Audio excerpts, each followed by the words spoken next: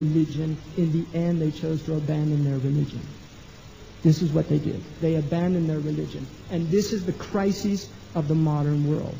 When they abandoned their religion, and Nietzsche is the one, he declared it. God is dead, you killed him. In other words, the God that we used to believe in, this Trinitarian mystery, it's a fairy tale. We don't buy it anymore. We know its sources, we know the pagan sources of it, we studied it, he was a philologist. It's over. Because of that, it's only now that they are beginning to reap the bitter fruits of their abandonment of their religion, because the center doesn't hold in this society anymore.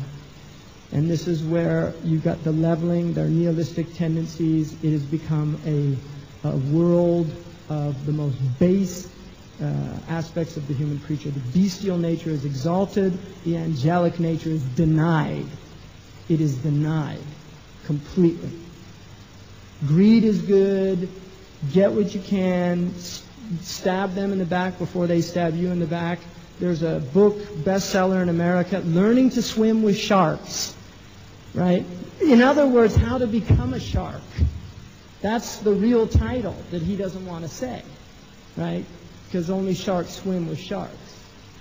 Right? In other words, learn how to be as ruthless as the next guy. And in a wage-slave society in which jobs are completely expendable and you're given, everybody's worried about their job. And they don't care about the next guy because they know that the boss doesn't care about him. So he's got to do what he can to get ahead, to stay ahead. And this is what it does. Make myself as marketable as possible, increase my skills, bulk up my CV, get it honed down, get it refined. And this is the game that's played constantly. Right? This is the game of this culture, and it's just a type of kufa, right? Marketing yourself, the commodity, the human being as commodity. Now, what happens is that you can't just phase out religion. You see, you can't just get rid of religion. It's too deep. It has roots that are very powerful. So what did these people do? The first thing they did is they moved from what they call theism to deism. In other words, an immanent God that actually has miracles, impacts his creation, sends prophets. We have to move that God out of the way. I mean, that's horrific language, but this is really how they looked at it.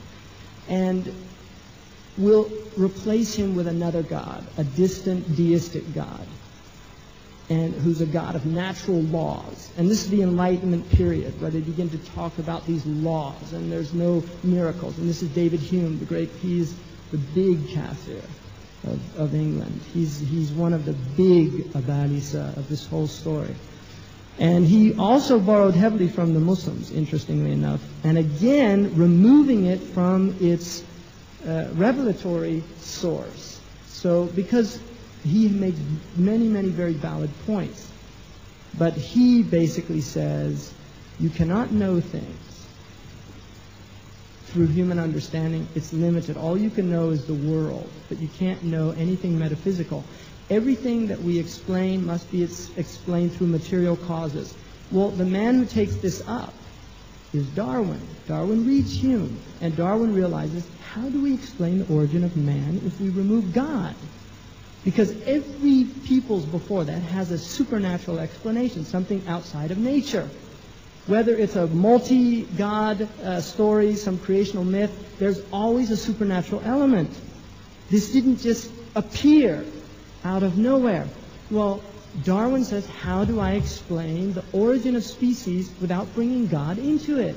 And he thinks deeply about this. He was a very clever guy. And he comes up, after reading Malthus, with natural selection, and goes into this whole idea of random chance. And I guarantee you, evolution is complete kufr.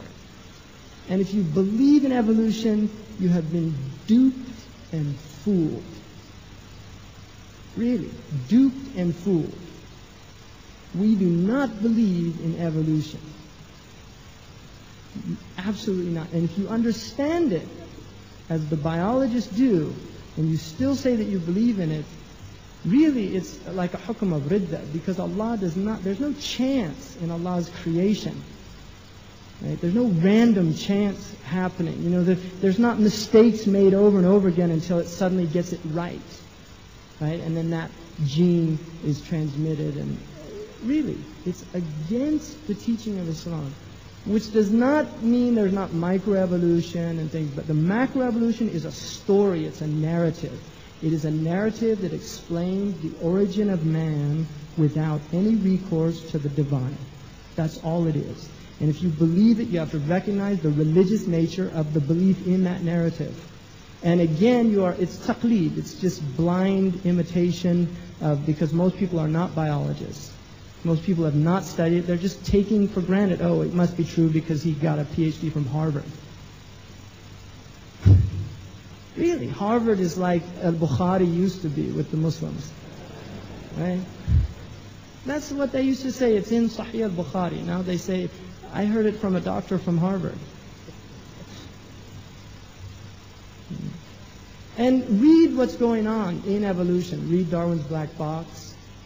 Right, the collapse of Darwinism, not from Christians. I don't read that stuff. The Christian creation science, spare me. You know, Earth was created 7,000 years ago on September 21st. You know, no thanks. But don't just catch on to the latest fad. And it's not late anymore. I mean, there's been neo-Darwinism. You know, they've gone on. They're not Darwinists, pure Darwinists anymore. They had to restructure the whole thing in the 1940s because there were so many holes in it. And then the 1950s, with the explosion of electron microscopy, they haven't dealt with the information they've got. This is what Behe's book, Darwin's Black Box. He's a microbiologist who's saying we've got some major holes here, and Darwinism doesn't answer them. Because the cell is not a simple organism. It is incredibly complex. There's more information in a unicellular bacteria than there are in all the libraries in New York City. And Darwin thought it was just empty protoplasmic nothingness down there if you got down deep enough. And we don't even know what's beyond that because we're limited. I mean, what if they discover another thing beyond that? We don't know if there's something underlying there. Really, we don't. It's all in يَتَّبِعُونَ إِلَّا الظَّنَّ. They follow conjecture. And their scientific theories are the latest and most explanatory to them to whatever they're looking at. So what happens then in the Muslim world? Well, I want just to bring another fellow, very important. And I would recommend Muslims reading this book, which is by David Fromkin, Peace to End All Peace. Because what happens basically is the Europeans desired the Muslim world for several reasons, but they really wanted the Muslim world. They wanted the wealth that was there, and they also wanted to basically destroy a continuing threat to them, which was Ottoman power. Because we forget that the Ottomans themselves were continuing their movements in the invasion of Europe, or what we would say the futuhat, really liberation of Europe. And so the Europeans were very frightened of them. But as the Ottomans began to diminish, become less and less powerful, and they obviously saw, and this is the tragedy of it, the Ottomans saw the waning of the Muslim powers and the waxing of the European powers. And what the Ottomans did at that point is that they began to bring European advisors in. And the Tanzimat of the 1840s is already a radical departure from the Islamic tradition. This is already happening within the Ottoman state, you see. And the Germans are being brought in, money is being borrowed. By the time Sultan Abd al-Hamid, great Muslim ruler, enters into power, he is literally powerless to change the massive destruction that had been done before him.